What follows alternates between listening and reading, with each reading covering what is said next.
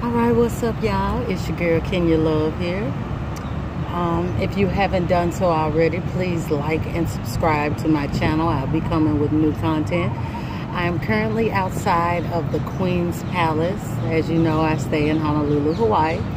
So she has a park area over here. So please, if the birds or traffic is too much, please let me know. And this will be my first and last video doing a review here. But I was free today. I have extra time today. So I'm just gonna go ahead and wing it and get this review on out the way. It's a beautiful day in Honolulu, Hawaii, as you can see behind me. But I was able to find a decent spot, so I'm gonna go ahead and do the review for Monogamy. This is episode 4. I still don't know the name of the episode, so I'll put that up when I upload the video. If you've watched my prior videos, then you know I am reviewing a show called Monogamy by Craig Ross Jr. is the director. I found out about it on Facebook, hunted it down, watched it. I enjoyed it, so I wanted to share. Episode 4 begins with Dallas and DeAndrea. Just a recap. If you want a full recap, go check out the previous videos. It's about 4 couples who enter into an experiment to save their marriages. And we get to see the drama and everything that unfolds with being presented with a new spouse in a new home in a new city. And so we watch them go through that. As you recall, last episode, DeAndrea and Dallas, I ended with them because he felt guilty about enjoying time with DeAndrea so much versus his wife. So we open up with them, and DeAndrea is very grateful that he could provide a listening ear for her and that he was comforting to her. And she tried to be intimate with Dallas, could not. She ended up feeling kind of guilty and couldn't bring herself to be intimate with him because, of course, she is not married to him.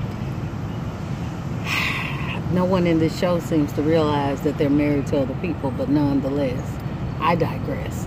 So she realized that she can't go through with it, and Dallas tells her, you know, it's okay, it's because you love your husband. So they have that exchange, and then we cut to Connor and Sensoray, and they're talking, they're bonding. Now, you remember at the beginning I told you that they took their cell phones and gave them cell phones. Well, in this episode, the cell phones are very prevalent because they are sending them messages to go and run errands and to do things. So Sensoray gets a message saying that a car will be there to pick her up and she needs to drive to this location. All right. So Dallas and DeAndrea get a message saying that they need to go shopping for household things. And she kind of brings up to him, you know, we're going to shop for household things, but you told me I was playing house when I was cooking for you and doing things for you. You made it seem like I was Susie Homemaker, basically. So now they want us to go pick up household things. Cool. So hold on to all of that. So we pan over to Sensoray, and she's being picked up by a car. Now, at the same time, a message is being sent to Maggie and Sawyer telling them they need to go to the store as well. By the way, if you cannot tell, I hate Maggie. Maggie and Sawyer's story pick up, and we see them flirting and touching each other and filling each other up. And then the next thing you know, they screwing. And I was like, wait a minute. Y'all can screw other people? Even, I mean, I know it's their new spouse, but y'all can sleep with each other? So they're screwing, and after they're done, I didn't even recognize Maggie. She done took her head wrap off and let her hair down and wearing a dress that I guess is sexy. Notice I say I guess. And so all of that goes on. And then they get the text message that they need to go buy gardening things. And of course, you know, freaky Sawyer wants to go buy pussy willows as the flower. Like you ain't got a whole wife that you just cheated on with somebody else's wife. But okay. So, when Sensoray gets to the location, she sees Dallas and DeAndrea leaving the store. Now, what I didn't like about this is whoever set this up, they made her drive there. They cut the car off. When she sees Dallas, what's a woman's first reaction? Hey, she tries to beep the horn. She tries to unlock the door. She tries to crank up so she can leave because she doesn't want to see this. But she actually witnesses Dallas and DeAndrea leaving the store. And they made sure that she could hear him say down boy. Like he was getting excited from shopping for cleaning supplies because that's sexy. You know, you can get real turned on buying Lysol with somebody. So, she freaks out. She's trying to get out the car. She's calling his name. And then you hear a voice in the car saying, you know, this is a simulated exercise. You are not in control. Do not attempt to leave. Do not attempt to do anything. This is a mental test. Well, of course, she fails because she's going crazy. She's pissed. I mean, she's heated. So she gets back to the house and Connor, and then they say, tell no one. So you can't tell your spouse, your new spouse, where you've been or what you saw. You just have to go home toe up because she was toe up. So they let her know not to tell anyone. So she gets home with Connor, and she fire high. And Connor like, what's wrong? What's going on? And he more concerned about the donuts that he asked for that she didn't bring back. So he's like, what's going on? What happened? Tell me. These people in this messed up experiment and did something to you? And she's like, I can't tell you, and I'm just upset. So she goes in the bathroom and washes her face. That's not enough. Then she grabs a skillet, goes to break up the very nice potted plants, might I add, that they had. They were nice. They were a little too nice for her to just beat them with a skillet, I thought. But so she beats the potted plants, and so Connor tells her, come on. Good night, Connor. No, come on, we're gonna go get some air. You need some air. You need to get up out of this funk, you know. So he grabs her and they go for a walk. Now, I told you Maggie and Sawyer went to the store. So, okay, they get the same text message. So then his wife, Caroline, who is with Carson, she gets a message and, you know, it's telling her that she needs to drive to this location and yada, yada, yada. So he she shows the message to Carson, and Carson is like, I don't know about this, you know, being all protective. And she like, look at you being protective all over your boo. Accidentally called her baby and stuff. So she like, okay. So she goes, and who does she see? Sawyer and Maggie all over each other. All over each other. So she sees that and she is livid. She's pissed. She goes off. And of course, the voices come in there and tell her, you know, this is a mental exercise.